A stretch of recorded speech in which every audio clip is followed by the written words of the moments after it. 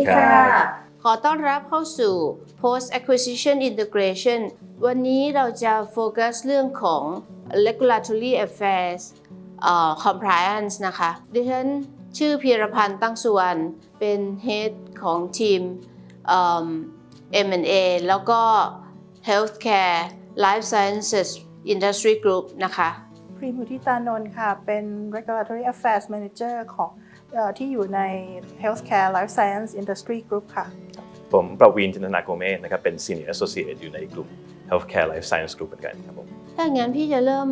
อย่างนี้ว่าคำว่า regulatory affairs เนี่ยถ้าเผื่อพริมจะลองอธิบายคร่าวๆสั้นๆว่าเราพูดถึงอะไรกันบ้างRegulatory Affairs เนี่ยก็จะเป็นคนที่ดูแลเรื่องเกี่ยวกับผลิตภัณฑ์ที่จะต้องขออนุญาตภายใต้การควบคุมของอย.ค่ะเช่นอาหารยาเครื่องสำอางเครื่องมือแพทย์วัตถุอันตรายวัตถุเสพติดค่ะซึ่งสิ่งเหล่านี้ค่ะอาจจะพอนึกภาพออกแค่บริษัทเดียวเนี่ยค่ะมันก็นั่งยุ่งแย่แล้วอันที่ตัวอย่างนะคะที่อยากให้เห็นชัดๆก็คือว่าบางครั้งบางคราวเนี่ยเมื่อเราผลิตภัณฑ์หนึ่งผลิตภัณฑ์ใดเนี่ยมานานเนแล้วsuddenly เราจำเป็นจะต้องเปลี่ยน supplier ของวัตถุดิบก็ดีหรือคนผลิตก็ดีเนี่ยมันก็จะค่อนข้างยุ่งพิมพ์ลองอธิบายเพิ่มเติมสิคะว่ามันต้องตรวจสอบอะไรกันยังไงค่ะก่อนอื่นเลยก็คือต้องดูว่าผลิตภัณฑ์นั้นเป็นผลิตภัณฑ์ประเภทไหนก่อนนะคะแล้วก็ดูว่าสามารถทำการแก้ไขเปลี่ยนแปลงสูตรหรือว่าดีเทลของ Product ได้ไหมแล้วก็หลังจากนั้นมาก็คือเป็นการรวบรวมเอกสารเพื่อที่จะขอใหม่หรือว่าทำการแก้ไขเปลี่ยนแปลงไมเคิลมีอะไรจะเสริมตรงนี้ไหมเกี่ยวกับเรื่องที่อาจจะเกี่ยวข้องกับบริบทของการโฆษณาหรือว่าการดีลกับผู้บริโภคเพิ่มเติมขึ้นอะไรอย่างเงี้ยจริงๆของเราแม้กระทั่งเรื่องของอย่างที่พี่บอกว่าการโฆษณาเนี่ยบางทีบริษัททำไปนานๆอาจจะไม่รู้ตัวว่าอันนี้มันทำถูกไม่ถูกยังไงหรือว่าสิ่งที่เราเอาไปใช้ประกอบกับฉลากมันตรงกันหรือเปล่านะครับจริงๆก็เป็นบางทีมันไม่ใช่ว่าเราตั้งใจผิดแต่ว่ามันอาจจะมีความที่เรา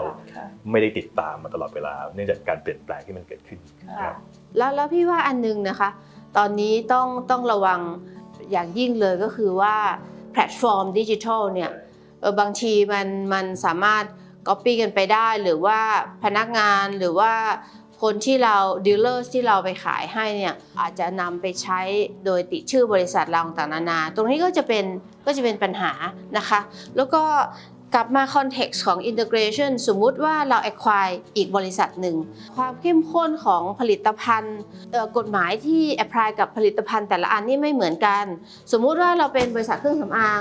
แล้วตอนนี้ทุกคนก็อยากจะ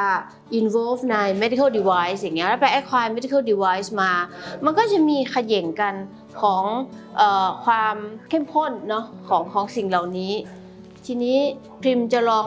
ยกตัวอย่างอะไรนิดนึงไหมคะอย่างเช่นถ้าสมมติว่าเป็นการ acquire ผลิตภัณฑ์โรงงานที่ผลิตผลิตภัณฑ์เดียวกัน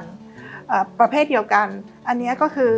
ไม่น่าจะมีอะไรยากแต่ว่าถ้าสมมติว่า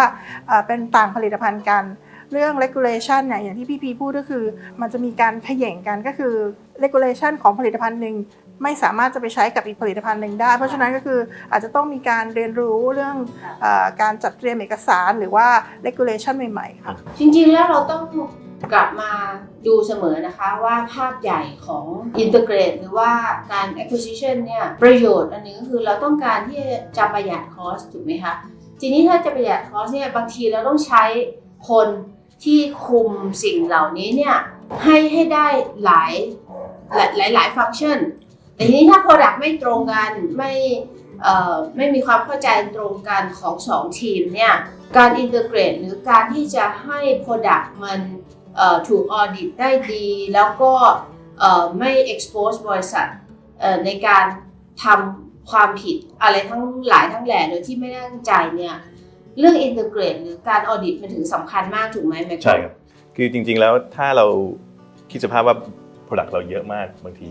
บริษัทเครื่องสำอางมีร้อยตัวยาก็มีหลายตัวจริงๆการที่เราตอนที่เรา acquire เนี่ยส่วนใหญ่เราโฟกัสที่ว่า license เนี่ยมันโอนมาได้หรือเปล่านะครับหรือว่ามันผลกระทบจากการที่เรา acquire หรือเปล่า ลึกไปกว่านั้นเนี่ยจริงๆแล้วเนี่ยเราอาจจะต้องดูหลังจากที่เรา acquire เนี่ยว่ามันมีปัญหาอะไรหรือเปล่าอย่างที่เราพูดเมื่อกี้ว่าเรื่องของ labeling การโฆษณา product specification เนี่ยมันอาจจะมีการปรับเปลี่ยนตลอดเวลาไม่แน่ใจพี่พิมมีตัวอย่าง ก็อย่างเช่นถ้าสมมติเราไป acquire โรงงานที่เขาผลิตสมมติว่าเป็นโรงงานยาเขาผลิตยาไว้นานมากแล้วยาตัวนี้ขึ้นทะเบียนมาสัก 20-30 ปีบางที information ที่เขาใส่ไว้ในแฟ้มที่ขึ้นทะเบียนตอนนั้นกับ information ที่ต้องใช้ในเวลานี้มันไม่พอกันแล้วเพราะว่าregulation มันเปลี่ยนตลอดเวลาเพราะฉะนั้นตรงนี้ก็คืออาจจะต้องดูว่าเราจะต้องทำอะไรเพิ่มไหมอย่างเช่นไป revise ตำรับหรือว่าแจ้งแก้ไขเปลี่ยนแปลงหรืออะไรประมาณนี้ค่ะเพราะฉะนั้นถ้าเราตรวจสอบ product ingredient ฉลากมันก็ควรจะตรงกันให้หมดสอดคล้องกันก็เป็นโอกาสที่เรา clean up แล้วก็มีระบบที่มันตรวจสอบได้ต่อเนื่อง ใช่ค่ะ ครับก็จริงๆของเราน่าจะประมาณเท่านี้ในเรื่องของpost acquisition integration สำหรับregulatory affair นะครับก็ถ้ามีอะไรติดต่อมาเพิ่มเติมก็สามารถดูข้อมูลได้นะครับก็วันนี้ก็ลาไปก่อนสวัสดีครับ